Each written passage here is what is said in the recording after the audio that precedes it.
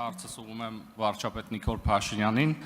Պարոն վարչապետ, քիչ առաջ դուք ներկայացնում էիք Հայաստանի Հանրապետության կառավարության 2025 թվականի ծրագրի, կառավարության ծրագրի 25 թվականի կատարման ընթացքի վերաբերյալ զեկույցը, որի ընթացքում ընդդիմությունը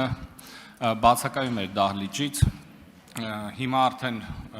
ազգային ժողով կառավարություն հարց ու պատասխանի փուլն է, եւ որի ընթացքում եւս ընդդիմությունը բացակայում է դահլիճից։ Ես այս ընթացքում փորձել էի վերհանել վիճակագրություն եւ պարզվում է, որ մինչ այս պահը 8-րդ գումարման ազգային ժողովի բոլոր նիստերի մոտ 43%-ից հարց ու պատասխանների այս փուլից ընդդիմությունը բացակայել է եւ պարզվում է, որ խորհրդարանական կառավարման պետությունների առնվազն այս պետությունների շրջանակում նմանատիպ վիճակագրությունը եզակի է եւ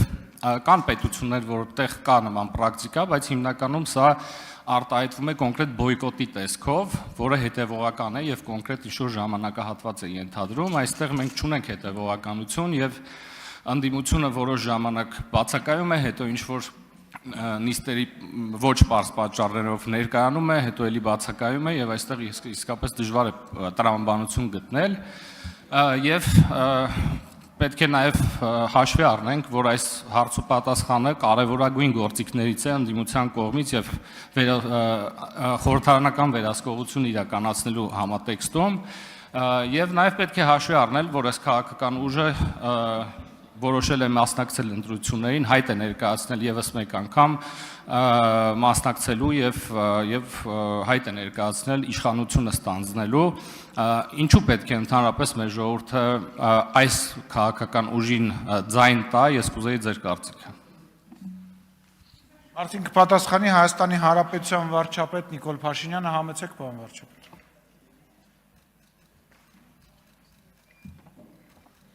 Շնորհակալ եմ պարոն Աղաջանյան հարցի համար, ես ձեր հարցին կպատասխանեմ ուղիղ։ Ես կարծում եմ, որ մեր ժողովուրդը ոչ միայն ձեր նշած ուժին,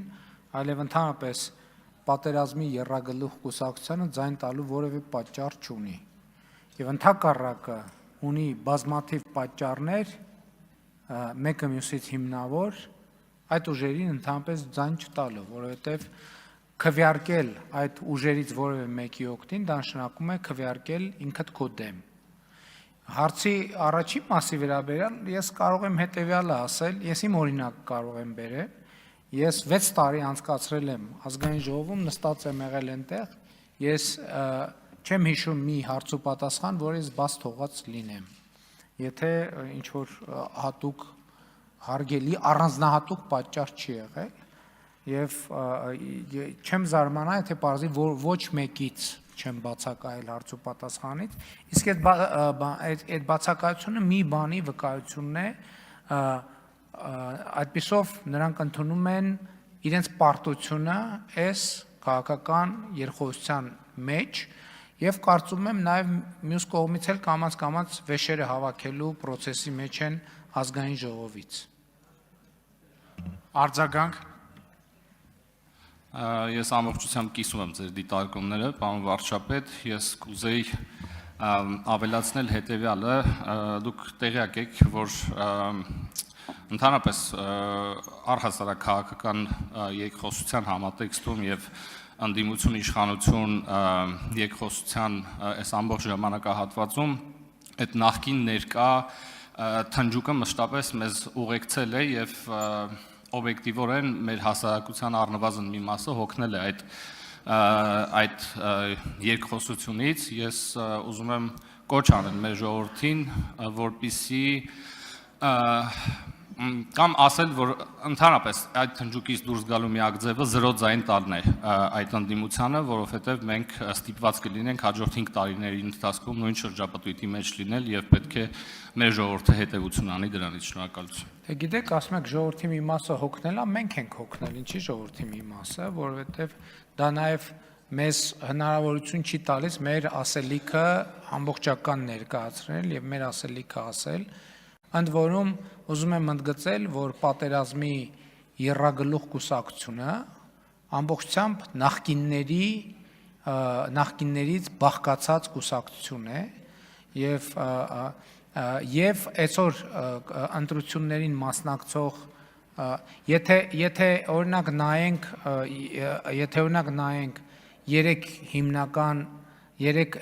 պատերազմի եռագլուխ կուսակցությանը Հայաստան դաշինքը, Ուժեղ Հայաստան կուսակցությունը, Բարգավաճ Հայաստան կուսակցությունը, որ ցանկը նայում ես ինչա, ոնց որ խառնածլն են ու բաժանածլն են։ Այսինքն նույն մարդկանց շրջանակը խառնած բաժանած։ Ուժեղ Հայաստան այդ Սերժ Սարգսյանի, Թևնա Ռոբերտ Քոչարյանի թևի մի մասի հետ եւ դա ակնհայտ է, այսինքն ըստ էության հանրապետականները իրենք էլ դա չեն թաքցնում եւ նաեւ կոնկրետ մարդիկ են ներգրաված դե Հայաստան դաշինքը չգիտեմ նույն անունով են հանդես գալու թե ուրիշ անուն են ընտրելու պարզա այս նույն արտահայտությունն է ընդ որում այս դաշինքի մի հատվածը հիմա տեղավորված է Ուժեղ Հայաստանում մյուս հատվածը տեղափոխվել է Բարգավաճ Հայաստան այսինքն հիմա որ ասում ենք պատերազմի եռագլուխ կուսակցություն կարող ենք նաև ստորակետ այն է նախկինների եռագլուխ կուսակցություն որովհետև ակնհայտ է որ նախկինների վերաձևակերպման փուլ է հիմա նրանք ովքեր տեսեք մենք չենք կարող խուսափել նախկին ներկա բանից թեմայից երբ խորհրդանի երկու ընդդիմադիր խմբակցությունները նախկինների ներկայացուցիչներն են ես էլի ասում եմ այդ շանսը կա Ուժեղ Հայաստան կուսակցությունը, Հայաստան դաշինքը եւ Բարգավաճ Հայաստան կուսակցությունը պարզապես չեն անցնում, չեն հաղթահարում անցողիկ շեմը եւ ես ուզում եմ ձեզ հավաստիացնել, որ հարցումները ցույց են տալիս, որ դա շատ իրատեսական է, խնդիր է մեր ժողովրդի համար լուծելու համար եւ մենք այդ էջը փակված ենք համարում եւ անցնում ենք հետագա մեր ռազմավարական ծրագրերի իրականացմանը, որը արտահայտված է Հայաստանի ինստիտուցիոնալ եւ տնտեսական վերափոխման դոկտրինի եւ ընդհանրապես իրական Հայաստանի գաղափարախոսության մեջ։ Ես կարծում եմ, որ սա լավ առաջարկ է Հայաստանի ժողովրդին, այդ բոլորին նստացնել նոյան տապան եւ բաց թողել բաց նավարկության դեպի համաշխարհային պատմության օվկիանոս։ Շնորհակալություն